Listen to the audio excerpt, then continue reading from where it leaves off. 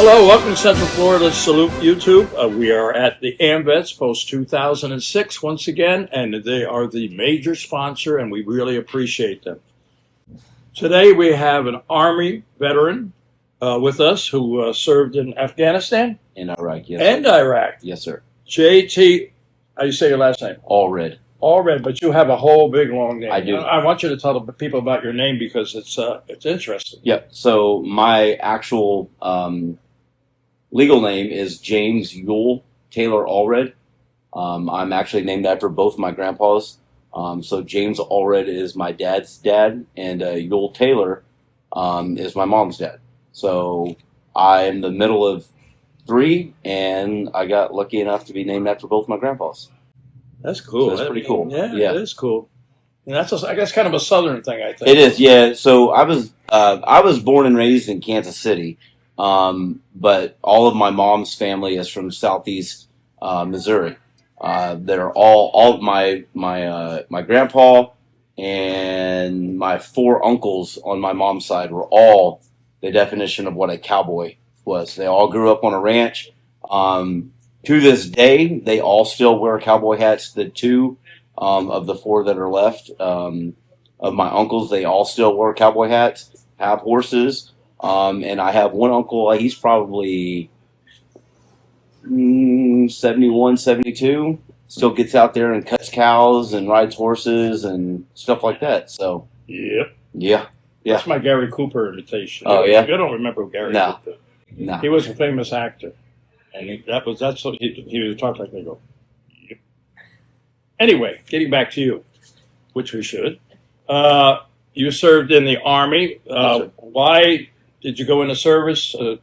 So I come from a long line of military members. My dad was in the Navy from 1972 to 74.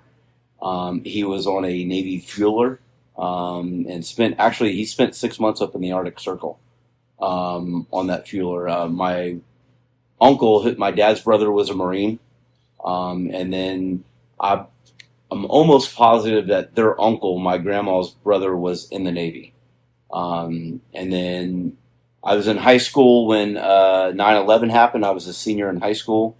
My older brother had been in the Marine Corps for about 6, maybe almost 7 years at that point. And when 9/11 happened, I mean, I remember I was in class and they came across the intercom and told us what happened. And I've always wanted to serve, even from whenever I was young. I wanted to be a cop. That was my dream job. That's all I've ever wanted to do. In Missouri, you couldn't be a cop until you were 21. So 9/11 happened. I said, I've got to do something for at least 3 years before I can do that. And I'm not going to let anybody take anything away from the United States. So I said, if that cost me giving my life to keep this country safe, then that's what I want to do. So I called my older brother, who was a recruiter in the Marine Corps at that time. I kind of told him what I wanted to do. He said, well, go down to the local Marine Corps branch and tell the guy. So I did. I went in there, and he said that they didn't have any slots available to be a military police officer in the Marine Corps at that time. So I said, all right, thank you for your time. I got up, and I was home for maybe 10 minutes, and the Army recruiter called me. And he said, hey, I saw you were talking to the Marine Corps. Is there anything that I can offer you? Oh. And I said, yeah. I said, I want to be an MP. And he goes, well, have you thought about anything else? And I said, nope. I said, you take it or leave it. This is what I want to do. So he hung up the phone, made a couple, phone calls, I assume. And about 10 minutes later, he called me back and he said, when can you sign the paperwork? I said, when can you get to my house? So he came. I was 18. He came to the house. My mom and dad had no idea at that point that the military had even interested me. He was at the house sitting at the dinner table going over the paperwork when my mom and dad walked in. I remember telling my mom, hold on just 1 second. I signed on the paperwork, and she said, what'd you do? I just joined the military. And she was like, oh, my goodness, no, you didn't. And I said, yes, ma'am, I sure did. And that was that. And I left, that was probably June of 2002, and I left in January of 2003 to go to basic. So the Army actually said that we could make you MP. an Yep. MP? Yep. Wow. So I would then be whatever they promised you, you never got, Right. you know. But you did get it. I did. Yep. Oh, wow. I made sure all of that was in the paperwork. I called my brother whenever the Army recruiter was on his way out, and I said, "Hey," he said, "Well, you need to look at this, this, this, and this, and make sure that the verbiage is right in the paperwork before you sign anything." And so he took good care of me. Yeah, I guess so. Yeah. So now you're in the Army. Where'd you go to basic? I went to basic and AIT at Fort Leonard Wood, Missouri. So Oh, you never left. I never left. I got on the plane and I actually flew from Kansas City to St. Louis. So by the time we got in the air, we were coming down, and then they bussed us from St. Louis to Fort Leonard Wood to where we went to MEPS and processing there, and put us on a cattle truck and drove us out to our barracks, and that's where I spent the next 17 weeks at. Oh, that's interesting.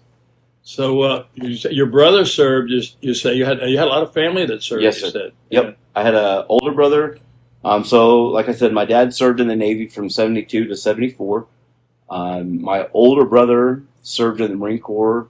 He went in at 96. Yeah, because he graduated in 95. So he went in 96, and then got medically retired in 2012, I believe it was. I'd have to look at the tattoo on the back of my leg because I got my dad and my older brother, younger brother, and my dog tags all tattooed on the back Oh, of so my you leg. got a tattoo on your Yeah, arm there. yeah, that's from whenever I was in Iraq for the guys that we lost while I was in Iraq. But he was an aviation mechanic, so he rebuilt the starters and Harriers, and then they disbanded the Harriers, and so he was kind of left without a job. So until they medically retired him, he kind of ran a aircraft wing, or not a wing, but a hangar for the rest of the time they was there, and I think went to work maybe 2 or 3 days a week. And Sergeant Edgar's like, just, hey, check in with me and let me know that you're still alive. Yeah. Not that you're going to do anything. And then my younger brother was a grunt. He was a infantryman in the Marine Corps, and he specialized in the javelins. So, The javelin. yes, sir. I don't know what they're a laser guided missile Oh, okay. that shoulder fire. When I say I heard javelin, Yeah. I think of the Olympics. You know. Oh yeah. Yeah. Okay. Yeah. Wow. So you got quite a history there, I do. family history. I do. Yes, sir. It's honorable, very honorable. So you went to basic, and then what happened? So then I got assigned to my first duty station, which was Fort Stewart, Georgia, home of the Mechanized 3rd Infantry Division. I absolutely love that base. That base was amazing. I spent 6 years there. I was there, for about 2 years. I think I got there in June, so I was there for a year and a half before I went to my first deployment. I went to Iraq in 2005 and was there for a year. I got kind of lucky with our job title whenever I was in Iraq. I was part of a protective service detail. So the Army sent me back to Fort Leonard Wood for 3 weeks, and it was probably, to this day, one of the best classes that I've ever been to in my entire life. They taught us everything from driving, evasive driving, proactive driving. I think one of the final tests that we had to do was they have about a 1.5 mile track there, and you can't go below 65 and you can't go below or above 70, and they have an instructor chasing you around this track. You got to do like 3 laps, and they're trying to pit you and wreck you out and everything like that. You have an instructor sitting in the passenger seat yelling at you the entire time. So it's pretty nerve-wracking, but they taught us that got to shoot a lot of different types of weapons there and stuff like that. So it was a really good class. And we came back and left and went to Iraq for a year, and then I guarded the Assistant Division Commander of Support, which was a 1-star general for the 3rd Infantry Division. Brigadier General, I think his last name was O'Neill. Was a big dude, big dude. His hands were like two of mine together. He was a massive individual, very big guy, very good guy though. He did right by us. I remember he told us one time that, I'm going to do everything in my power to make sure that you guys have a really nice life over here, because you guys are, protecting me and putting your life on the line for me to make sure that I make it home. So anything and everything that I can do for you guys, I absolutely will. And he did. He took care of us. He took really, really good care of us while I was there. So that was that. I went to Iraq in January of '05, came back in January of '06. Met my wife, my first wife. Met her. We ended up getting married. My oldest daughter, who is 19 now, freshman in college, was born. And I left on Valentine's Day when she was 3 months old and went to Afghanistan in 2007. We got to Afghanistan in February of 2007. We were there for 30 days, and they said, "Hey, congratulations, you guys just got extended an extra 3 months." Yeah. So it went from a 12-month deployment to a 15-month deployment. Wow, that's a long time to be away. Yep. So I left when she was 3 months old. I came home and she was 18 months old. And I was home for roughly 30 days, 60 days, somewhere around there. And I was promotable at the time. I was on the sergeant's promotion list. And I had gotten on to my Deers account to check something. And I see that I have a new message. And so I click on the message, and it was orders to Tokyo, Japan. And I said, I am not going to Japan. I said, my daughter is 20 months old. I said, I've spent literally 5 months with her out of a year and a half. I'm not going to Japan. So I went to my battalion sergeant major. I talked to him. He does what any battalion sergeant major does and say, "Hey, you're a soldier. The military basically owns you. Suck it up." So I said, "Roger that, Sergeant Major." I then called Branch. I tried to get Branch to switch my orders. Wouldn't do that. And it's actually funny. I'm going to go back to whenever I was in Iraq. My younger brother was in the Marine Corps. Me and him were actually in Iraq together while we were over there. We were actually stationed about 20 miles roughly apart. Wow. While we were over there, but we never got to see each other, which sucked. I saw him on TV one time. But that was about it. The AFN, they showed some Marines over there, and I was like, "Hey, that's my brother." So I was able to get a picture of it really quick, and I still have that picture somewhere. I either have it or my mom has it, one of the two. But when he got back from Iraq, he got put on orders to Okinawa, Japan. I got back, and he was back quite a few months before I did, because Marines can't, they can't do a 15-month deployment for whatever reason. I think 6 months, and they miss mommy and daddy and their coloring books at home. So hey, I'm just saying. I got a lot of friends that are Marines. So do I. I'm not going there. So he got back and got put on orders to Okinawa. I got back and got put on orders to Tokyo. So whenever I called Branch, I tried to get my order switched to Okinawa so that I could be there with him. Couldn't do that, so I ended up going to Tokyo. That couldn't be too bad. No,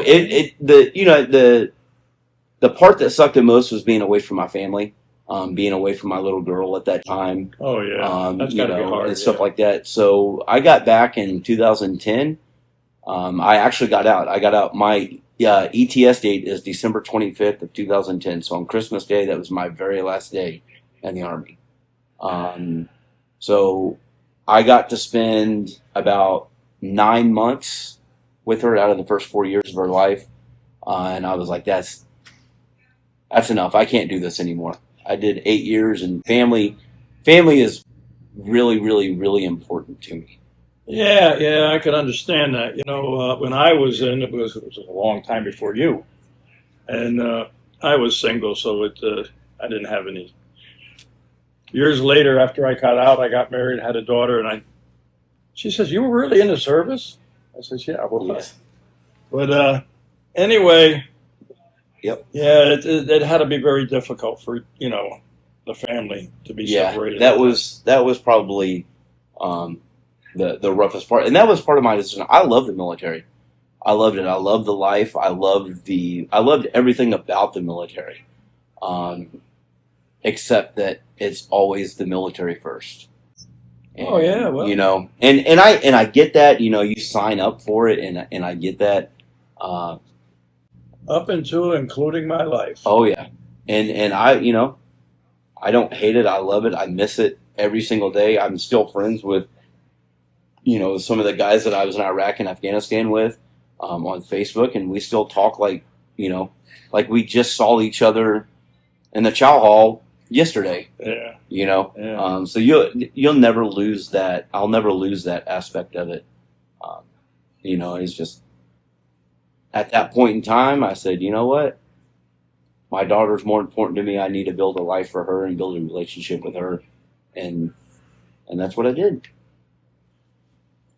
Now your deployments. Yes, sir. And you were guarding people Mm-hmm. and facilities. Again. Mm-hmm. But you told me about one guy that you pretty well known. Oh yeah.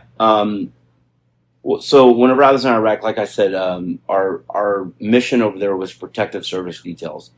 So when any VIP would come, there was 4 squads of us, and we would rotate. I just got lucky to be on the rotation twice. Toby Keith actually came over, and we actually got to provide, whenever he was at our base, provide protective service detail for him. You get to meet him? I did. Yep, shook his hand. Thanked me for my service and everything that I did, and stuff like that. And he put on 2 concerts. We was on one of the big bases over there in Iraq. So he put on one on the north side of it, and then we escorted him to the south side. And then I actually got to see him again whenever we were in Afghanistan. He came into the concert force in Afghanistan. So I got to provide it for him. And then General Petraeus, he was a 3-star general at that time whenever I was over there. He came over and we took him for a ride through Iraq, and he actually sat in my truck, and I got to run gunner for him in our truck while I was in Iraq. So it was pretty cool. I have a coin from him with his 3 stars on it and his name.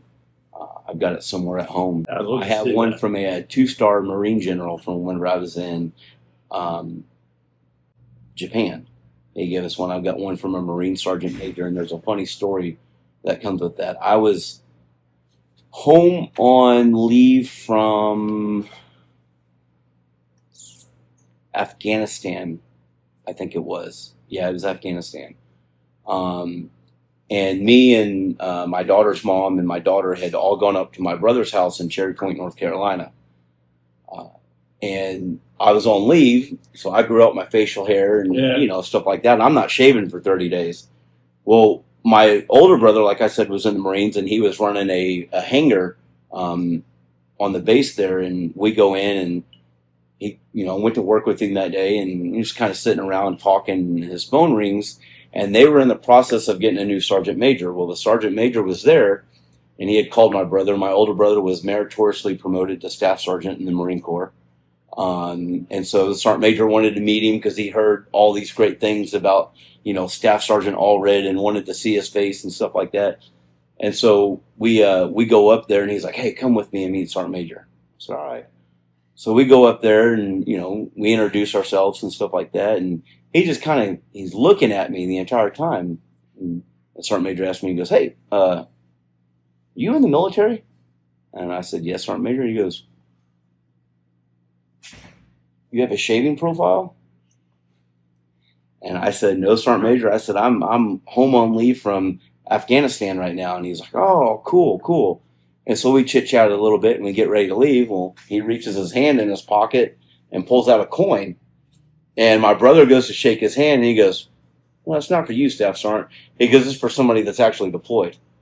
And gave me, and so I rubbed it. My older brother, unfortunately, passed away last year. I'm sorry. And so I would rub it in his face every chance I got. You said you met a general? I did. The United States Marine Corps. 2-star general. 2-star. Do you remember who it was? I had no idea. My memory is horrible, and it was Now, what 15, year was 16. It was probably 15, 16 years ago. So it was 2000. Was he with the helicopters in the unit? It was while we were in Japan. Was he a tall fella? He was fairly tall. There's one guy who used to live in Eustis. He's a 2-star general. Yeah. Afghan and Iraq.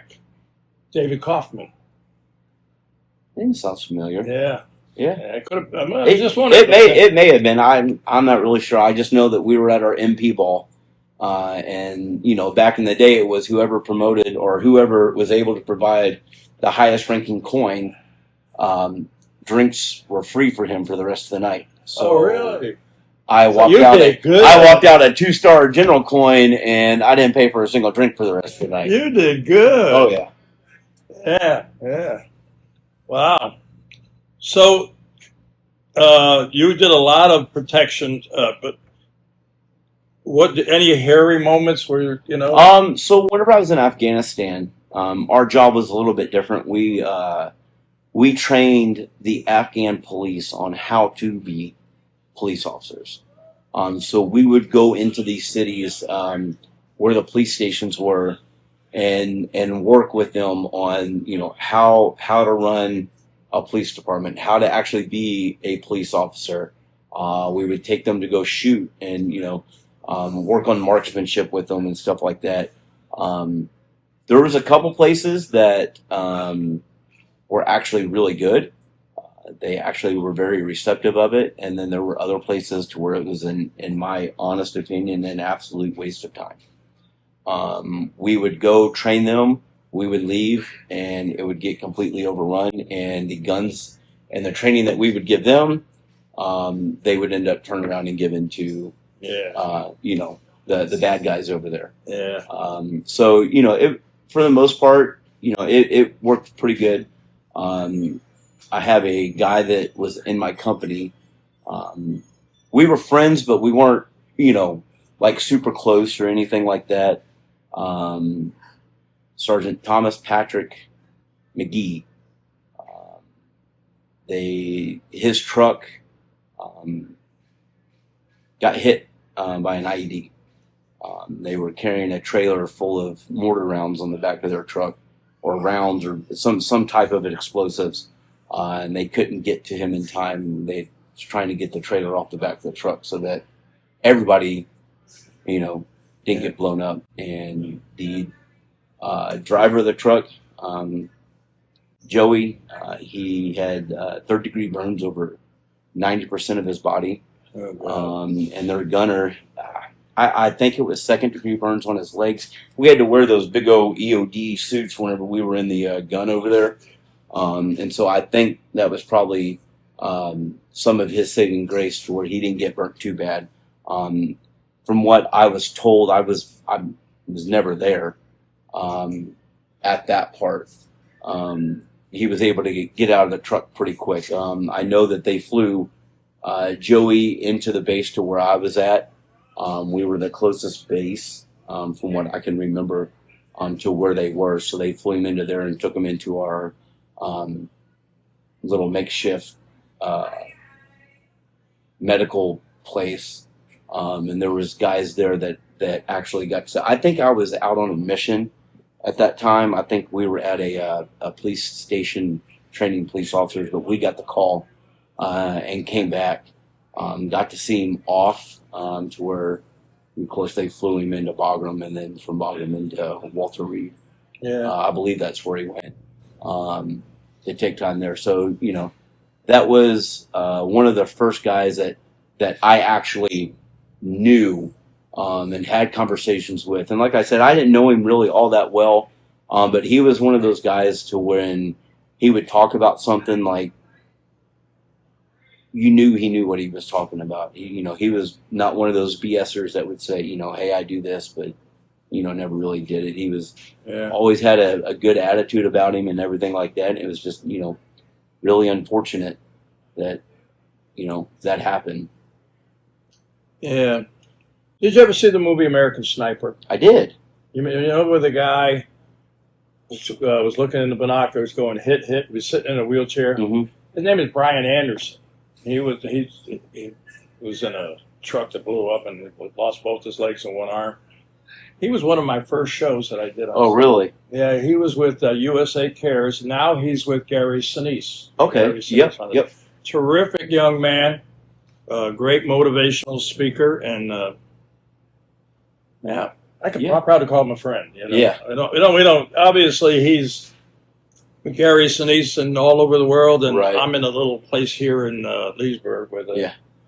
I enjoy what I'm doing and meeting absolutely. people like you, because you guys are what makes America great, you know? I appreciate that. And yeah, but anyway, how long were you in the Army? I was I call it 8 years. I was 7 days shy, or 8 days shy of actually a full 8 years in the Army.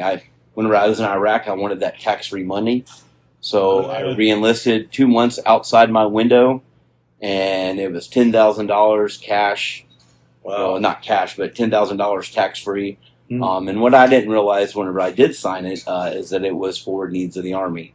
Hence why I got put on orders to Japan. And so, but like I said, I wouldn't trade Japan. Japan was absolutely amazing. I loved it. I made some lifelong friends while I was in Japan. I got to experience a completely different culture. Some of the best food I've ever eaten. And like I said, I have made some lifelong, very, very, very close friends to this day that I talk to almost on a regular basis still. Yeah. You know, I spent a lot of my time in Thailand with the B-52s during Vietnam, and I got to know some of the locals and everything too. And that's what's nice about being in the military is you get to meet different cultures and you know ways of life, and you open your eyes, doesn't it? Oh, absolutely. You know, and this is kind of a guarded, selfish outlook that I had on life. Whenever I did go to Iraq the very first time, I can remember sitting on a plane because they give you that leave right before you go to Iraq. And I remember sitting on a plane. I was flying back home, and I remember a lady asking me if I was in the military, and I said, "Yes, ma'am, I am." She goes, "Well, what do you do?" And I said, I'm a police officer in the military. I said, but I'm actually getting ready to go to Iraq. You know, and at that time I was young. I was 19, almost 20 years. Well, actually I was 20 because I turned 21 in Iraq. I was 20 years old. I never had ever been outside the state of, the surrounding states of Missouri. I was living on my own, and she said, "Well, what do you think about that?" And my words were, "I think it should be Hiroshima all over again." I said, for what they did to me. But I was young and naive, Yeah. And then I get to Iraq and I meet the culture, and it's not everybody in Iraq was bad. They wanted the same things we did. They wanted freedom. They wanted to be able to go and do whatever they wanted to do. And meeting our interpreter, Habib, he actually, he opened my eyes to a lot of things in Iraq and stuff like that. And actually, and I got back and I was like, man, how naive and how foolish of me to think of something like that, because, I had that guarded judgment, and it's not like that, just like Japan. I had my thoughts and stuff prior to going over there, and I was like, man, I don't want to go over there, this and this and this and this. And then I get over there and it actually opens my eyes to it, and you see it, and it's the same thing. Of course, it was funny because they would have their protests, Japan would, every Wednesday of the month, and they would sit outside, and there would be a group of about 15 of them that would sit outside the base for 2 hours. Completely different types of protest over there than there is here, because they sit there in complete silence and just hold the sign. That was their protest. Said no more American bases is what it would say, but it would say it in Japanese. So you got a bunch of Americans over there that don't really know how to read Japanese, but the gate guards would be like, hey, their sign says no more American bases, or all Americans go home. But the culture over there was absolutely, I wouldn't trade it for anything. It was amazing. Yeah, I had the same, with when I was in the culture, meeting Thai people, and I went all over the place. I wasn't supposed to, but I Yeah, did. yeah. You know, and there's an old saying, and it goes, you can never blame the warrior. You know, you can blame the war, but don't blame the warrior. Right. We do what we have to do, and now you look back after World War II, and you see what happened. How Germany and all these countries they were bombed, and there's nothing left. Now you go back over there. I was over there, did 5 shows over there, and I got to go to cemeteries and where Hitler was and Yeah. everything, and they welcome you. It's really nice, But unfortunately, it is. The culture, like I said, in Japan is, is a very welcoming and opening type of culture. It's very different than what we're used to over here. But it's something I wish I could take my kids that I have now and get them to experience that type of culture, because it's something that a lot of people should model themselves well, after. I'm going to tell you something. That's Yes, what sir. Central Florida Salute is about. It's about service, sacrifice, honor, and educate. Oh yeah, And I believe that what we're doing here, this show, the 3 of us, you're going to be educating somebody. And hope. we need to do this stuff, Yes, so sir. people understand. But speaking of which, you ever see anything like that?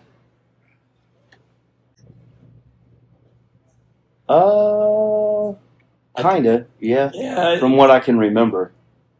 I don't know where I got this card, but evidently this young man must have worked for the government, and they gave him an ID card. I think from what I can remember, the ones that we gave to our interpreter, especially the one in Afghanistan, kind of look like the old green military ID cards that we would get before the old cat cards came out and everything. I think the 2 interpreters that we had over there, kind of similar to that. I think they gave it to them because they worked for the government at that time. One of them actually has moved to the United States now and lives I think he lives up in New York now.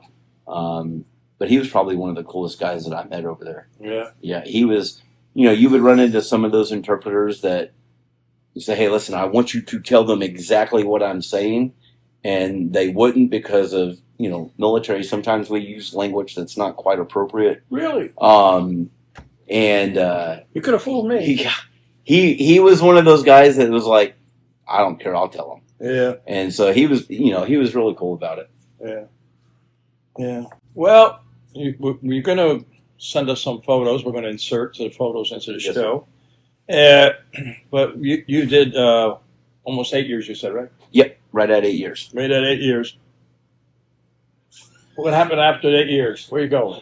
I understand you got a good job now. Huh? I do. I consider it probably the best job in the police department. Some other people tell me that it's not, but I don't really care for their opinion, so I do me.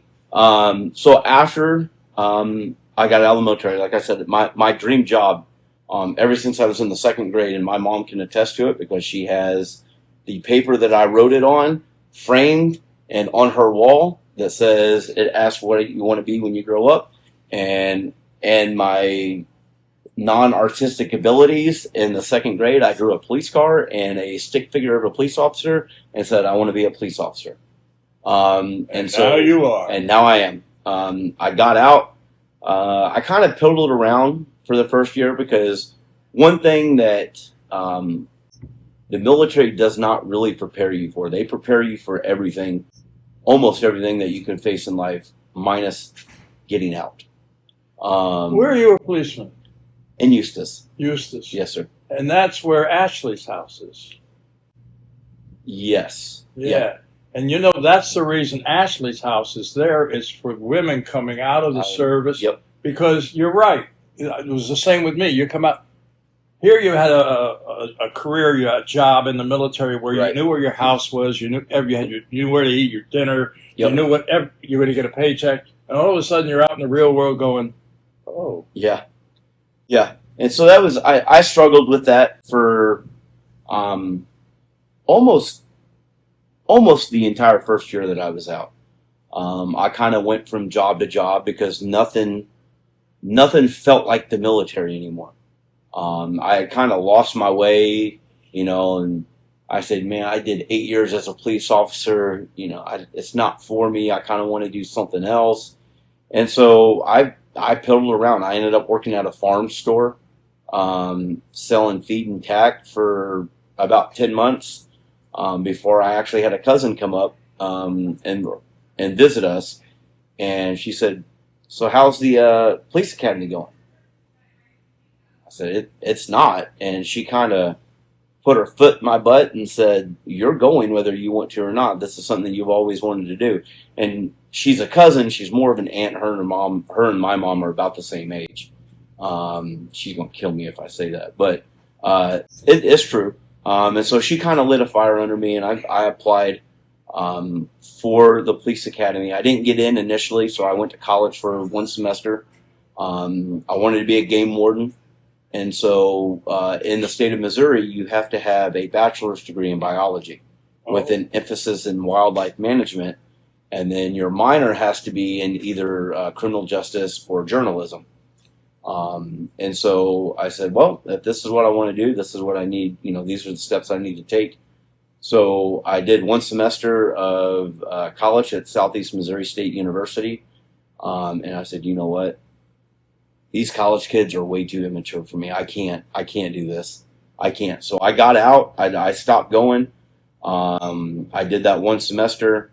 I went to the police academy, graduated from the police academy, and went to work for my first police department.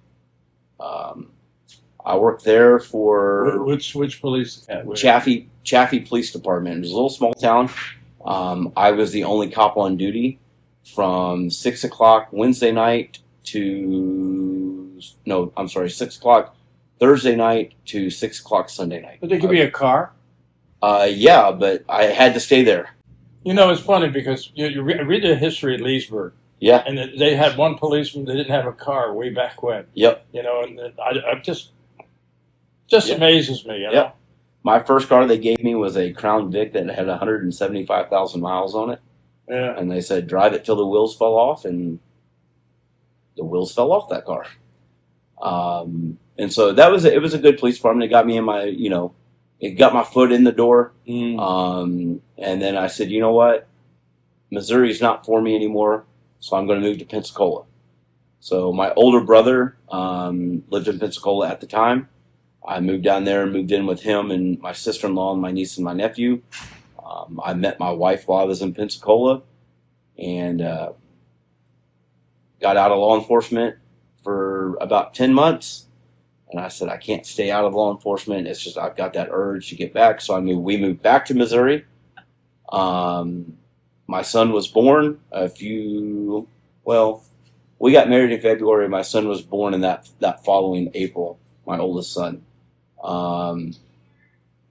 Went to work. I worked for the Sykeston Department of Public Safety, which was you're a police officer and a firefighter. So if you're a police officer, they hire you, and then after your year of probation, they'll send you to Fire 1 and Fire 2 school, and then you just kind of swap every 6 months between being a police officer and a firefighter. So I did that for about 10 months, and my wife said, I miss mom and dad. So I said, I've got a good job here. And she said, well, you can stay here, but I'm going. Bye. And I said, okay, it looks like we're moving to Central Florida. So I moved down here. I worked for Disney for about 6 months while I was trying to get a job. I applied a couple different police departments, and Eustis was the first place to call me, and it's been a ride since then. I've been there for a little over 8.5 years now. Oh, that's good. That's good. I've done every job there. I've done, I worked road patrol. I was the public information officer for a little bit, the community relations officer. While doing that, I got put on the SWAT team. While on the SWAT team and doing all those things, I was lucky enough to work my way up to be the team leader for the Eustis Police Department SWAT team, which I currently hold right now. And the best job that I think at the police department is I am the school resource officer for the high school, where I deal with teenagers every day, and I also help coach high school football. Oh, okay. Yep. With Russ? Yep. Yeah. Oh, okay. Yeah. Yeah. Eustis High School. I did a show up there one time, and I know you guys got a what do you call it, a ROTC or something? Yeah, the Air Force ROTC there. Yeah. Yep. I went up there with 5 other Vietnam veterans, and you had the traveling wall come in. Yes, sir. Yep. And we talked to the kids, told them when you see that wall, you see a name, we see a face, we share a memory. That's the Yep. difference what you see and I see. Yes, sir. Those kids were left the class because it was over with, and they came back. And the teacher said, but we never had kids come back, to learn what was going on. Yeah. Because this is what we try to do is educate people. Well, while I was there, we asked one girl about, what do you know about World War II? She says, oh, you mean WWII? Yeah. Yeah. Well, it was fought in Germany. Yeah. Then we talked to a young boy. He said, Adolf Hitler rose to power. And he did. He rose to power after the sanctions were put on, after World War I. He says he fought in World War I, which is correct. He says, I don't think he was a bad guy. And I said, you might want to look at a show I did with a Holocaust survivor. Yeah. That's why one of the reasons we do what we do is to educate. For education. It's well, I think we're kind of running out of time here. What do you think, boss? So, if there's something you want to add, and I want to thank you for your service, brother. Well, I appreciate that. Thank and you very I much. want to thank you for what you're doing, as a police officer. It's a tough job, That's really a tough job. But time to say goodbye, unless you have something you want to add. No, I thank you for the opportunity to come and share my story. I don't have an all story, if you will. I just kind of run-of-the-mill kind of guy, and I'll tell you what, you had a great story, if you want to call it a story, but you shared your experiences, and this is what we're about. Yeah. But no, I appreciate the opportunity to come on here and talk. And I'll say this, and this is what I tell the kids at the high school. Don't ever let your past define who you are. Everybody makes mistakes in their past, and just because it's in your past doesn't mean that you need to let it affect your future. So, reach out. As veterans, I hate the 22 a day slogan. we just did a show about that. And get in contact with the show if you need somebody to talk to. I'll leave my number. I don't care what time it is. Just like I tell the kids at the school, I don't care what day of the week it is or what time it is. If you're going through something, I'm here for you guys. And stay strong. There's always worth something living for. Very well put, my friend. Thank you. Being a Vietnam veteran, a little bit of the history about Vietnam. And any veteran, that has issues, I said, you're going down life's highway. Look out the front window. Don't look out in the back. That's right. Look forward. Keep going. And we've had several shows on about suicide prevention and everything. Yeah. And homelessness. This post here, I'm very proud of this post. We collect a lot of stuff for the homeless. That's awesome. And along with other things. But anyway, it's time to say goodbye. Yes, sir. So we're going to look at that camera. You ready? I'm ready. To all our veterans out there, active military and their families, we salute you for all you do. Till next time.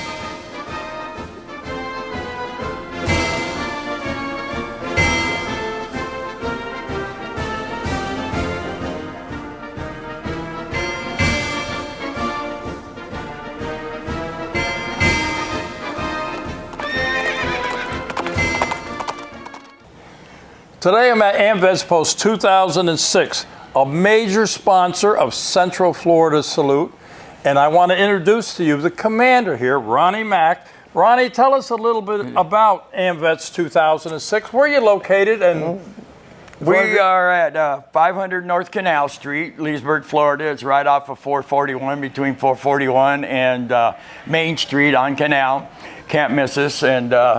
And we're a veterans organization, along with, we have an auxiliary, and we have sons of veterans that are related some form or another to a veteran. And we do a lot for a lot of charitable donations and stuff to charities in the area and in the county. And and we're a major sponsor to Central Florida Salute. We're proud of it. We're glad to be. You guys do a heck of a job, and we'll sponsor you as long as I'm here. We're going to sponsor you. So. Well, I'll tell you what, we do. Sue and I really appreciate it. We're a two-person operation, and what we try to do with education and supporting our veterans community, and you supporting us is major thing. It's major. We're glad to do it, Bob. We're glad to do it. And you have sons here, you have auxiliary here. You've got a website too if somebody wants to join. Yep. It's don't punch into www. It's ambets-2006.org, and it'll take you right to our website, Facebook page, and all that's there, and you'll be able to find that. The webmaster, he tries to get the calendar on there every month, anything pertinent. There's a lot of other links on there for veterans to find out where to get help for certain claims and stuff like that. Our webmaster's really into that stuff. That's the guy you ought to be interviewing right there. So, well, you know what, he's got Ronnie? a lot of stuff. You have a lot of clout. You tell him to talk to me, and we'll get him on the show. Okay? I can do that. All right. But I just want to, on behalf of Sue and myself, we want to thank AMVETS 2006 because you guys are the major players behind us, and we appreciate it. But we just wish we could do more. We really do. Thank you. Thank you. You guys are awesome.